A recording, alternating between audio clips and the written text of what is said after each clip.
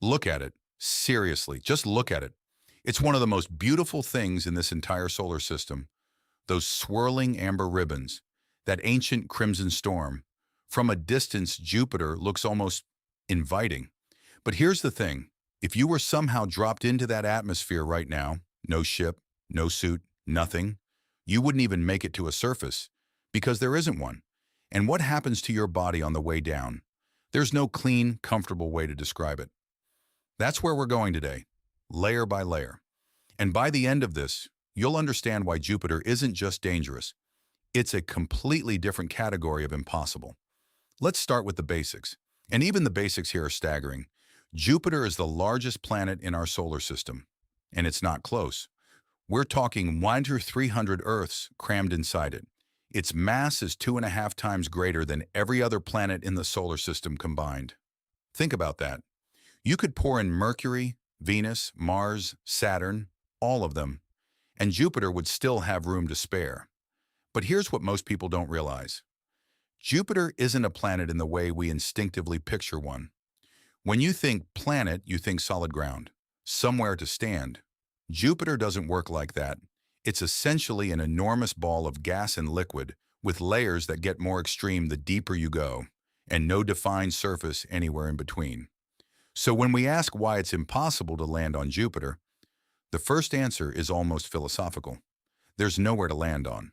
But that's just the beginning. Obstacle 1. The atmosphere is already trying to kill you.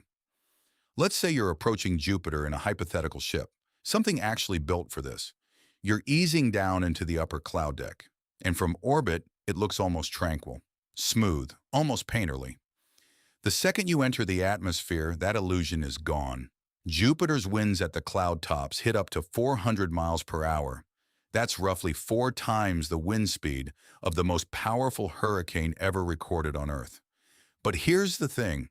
These aren't storm winds localized to one region. This is the baseline. The calm between the storms and the storms themselves, the Great Red Spot, that iconic swirling feature you can spot through a backyard telescope, is a storm wider than the entire planet Earth. It's been raging for at least 350 years, possibly much longer. Your ship would be caught inside conditions that make a Category 5 hurricane look like a light breeze, and that's just the entrance. Obstacle 2, the pressure that compresses steel. The deeper you go, the worse the math gets, fast. Here on Earth, atmospheric pressure at sea level is 1 bar. That's what our bodies were built for. At the bottom of the Mariana Trench, the deepest point in Earth's oceans, pressure hits around 1,100 bars. Submarines engineered specifically for deep-sea exploration struggle at those depths. At roughly 600 miles below Jupiter's cloud tops, the pressure reaches approximately 2 million bars. Let that sink in for a second. 2 million times the pressure you're feeling right now, just sitting there.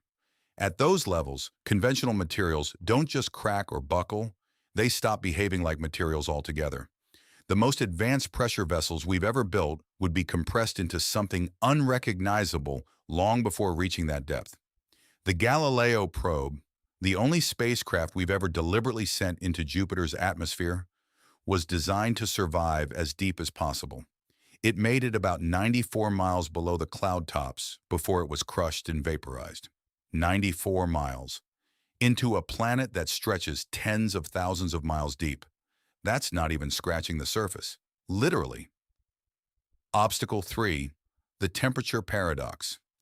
Here's where it gets genuinely strange. Jupiter's upper atmosphere is brutally cold. Temperatures near the cloud tops hover around negative 230 degrees Fahrenheit. Cold enough to freeze out almost any fuel system. Cold enough to make most metals brittle and unreliable. But go deeper, and the temperature doesn't just climb, it rockets. About 12,000 miles into the interior, temperatures reach around 43,000 degrees Fahrenheit. That's nearly 4 times hotter than the surface of the sun. So you're not choosing between freezing and burning. You're doing both, in sequence, with no comfortable middle ground to stop at, because there isn't one. Every mile deeper is a step into conditions that exist nowhere on Earth, in no lab we've ever built, Under no circumstances human engineering has ever managed to survive for more than fractions of a second. But here's the part that really breaks people's intuition about Jupiter. Obstacle 4. The ocean that conducts electricity. About 13,000 miles below the cloud tops, something happens that doesn't exist anywhere on Earth. Not in any ocean, not in any mine, not in any laboratory on this planet. The hydrogen, already compressed beyond imagination, gets squeezed so hard that its electrons are stripped completely away from their atoms. The hydrogen stops being a gas. It stops being a liquid in any sense we'd recognize. It becomes something called metallic hydrogen, a substance that flows like a liquid but conducts electricity like a metal. Scientists believe this layer stretches for tens of thousands of miles. It's why Jupiter has the most powerful magnetic field of any planet in the solar system, about 20,000 times stronger than Earth's. That magnetic field traps high-energy particles in radiation belts, so intense that even our robotic spacecraft have to be radiation-hardened just to survive orbiting Jupiter. Not descending, just orbiting. There is no material we've ever synthesized that could survive moving through that layer. Sensory immersion, what it would actually feel like. Close your eyes for a second. Actually, don't. You're watching.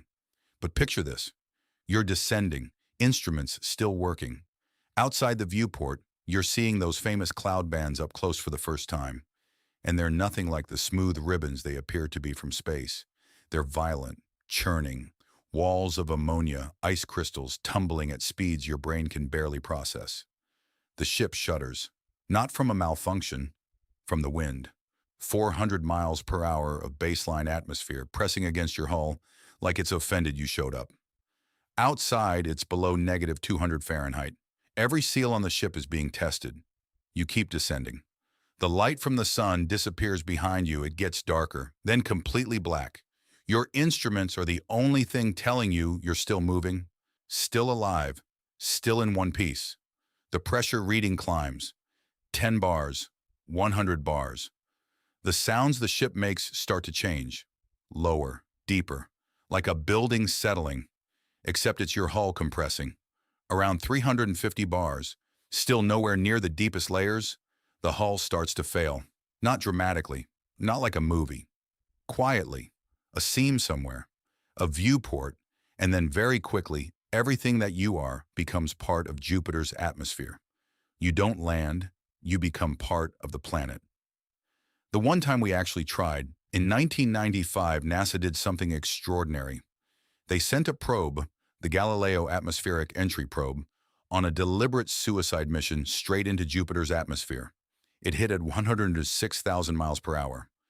During entry, the heat shield reached temperatures of around 28,000 degrees Fahrenheit, hotter than the surface of the sun. The deceleration force peaked at 228 times the force of Earth's gravity. That's the equivalent of stacking 228 copies of yourself on your own chest. Somehow, it survived entry. A parachute deployed. Instruments powered on. For 58 minutes, it transmitted data back through space, temperature, pressure, wind speed, chemical composition. 58 minutes of information from inside a place no human instrument had ever reached. Then the pressure and heat won. The probe went silent at about 94 miles down, crushed and vaporized. By the time it would have reached the metallic hydrogen layer, still tens of thousands of miles away, there was nothing left of it but atoms, completely indistinguishable from the planet itself. Technically, that probe is still in there somewhere, mixed into Jupiter. We just can't point to exactly where. But get this, what it found in those 58 minutes genuinely rewrote our understanding of the planet. Wind speeds deeper than anyone expected, less water than models predicted, lightning more powerful than anything ever recorded on Earth. And it raised more questions than it answered. That's Jupiter's way. So why is it impossible to land on Jupiter? Because there's no surface waiting for you at the bottom. Because the atmosphere alone would tear apart anything we've ever built. Because the pressure at depth would compress our most advanced materials into nothing. Because the temperature exceeds the surface of the sun. Because the metallic hydrogen layer conducts electricity through a medium we have no way to engineer against. And because even our best robotic probe Specifically designed, radiation-hardened, built to die there, made it just 94 miles before it was gone. Jupiter doesn't have a landing problem. It has a reality problem. The reality of what that planet actually is, a world of gas and liquid and metal and violence, is simply incompatible with the idea of arriving and stopping. But here's what I keep coming back to. That 58-minute transmission. 58 minutes of data from inside a world that should be completely unreachable. We did that. We dropped something into the most hostile environment in our solar system and got answers back before it was swallowed whole. Which makes you wonder, what would a future probe find if it could survive just a little deeper?